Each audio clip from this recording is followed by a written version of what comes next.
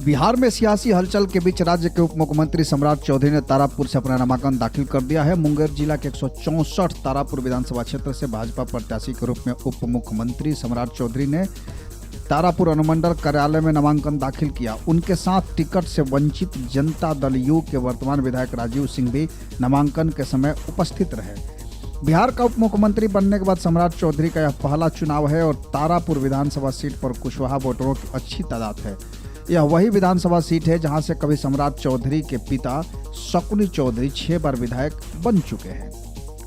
शकुनी चौधरी की पत्नी भी एक बार यहां से चुनाव जीत चुकी है, यानी कि सम्राट चौधरी की माता जी भी यहां से एक बार चुनाव जीत चुकी है। साल 2015 में जब बिहार चुनाव में हार हुई तब इसके करीब 4 साल बाद शकुनी चौधरी ने बिहार की सियासत से संन्यास ले लिया। अब उनके बेटे सम्राट चौधरी बिहार बीजेपी के न सिर्फ एक बड़े चेहरे हैं बल्कि बिहार के डिप्टी सीएम भी हैं और सम्राट चौधरी कुशवाहा समाज के कद्दावर नेता भी माने जाते हैं। हालांकि 2021 में तारापुर विधानसभा सीट पर हुए उपचुनाव में जदयू ने जीत हासिल की थी। अब इस चुनाव में यह सीट बीजेपी के खाते में आई है और कुशवाहा समुदाय के मतदाताओं की भूमिका यहाँ निर्णायक मानी जाती है। इस बार यहाँ जदयू का तीर नहीं चला है, लेकिन सम्राट चौधरी पर बीजेपी का कमल खिलाने की जिम्मेदारी जरूर है।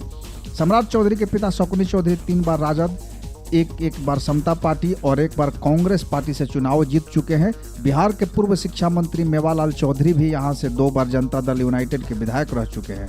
हालांकि उनके निधन के बाद इस सीट पर हुए उपचुनाव में जेडीयू के राजीव सिंह ने राजद के अरुण शाह को धूल चटाया था। सम्राट चौधरी कुशवाहा समाज के कद्दावर नेता माने जाते हैं। हालांकि साल 2021 में तारापुर विधानसभा सीट पर हुए उपचुनाव में जेडीयू ने जीत हासिल की थी।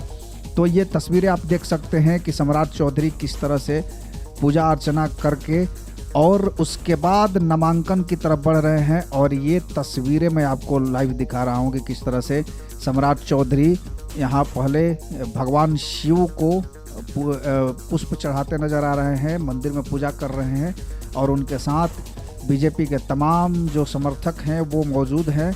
और ये नामांकन एक तरह से बहुत ही ऐतिहासिक माना जा रहा है क्योंकि सम्राट चौधरी लंबे समय के बाद चुनावी मैदान में है और बिहार में वो डिप्टी सीएम बनने के बाद उनका पहला चुनाव है जहां पर वो चुनाव लड़ रहे हैं।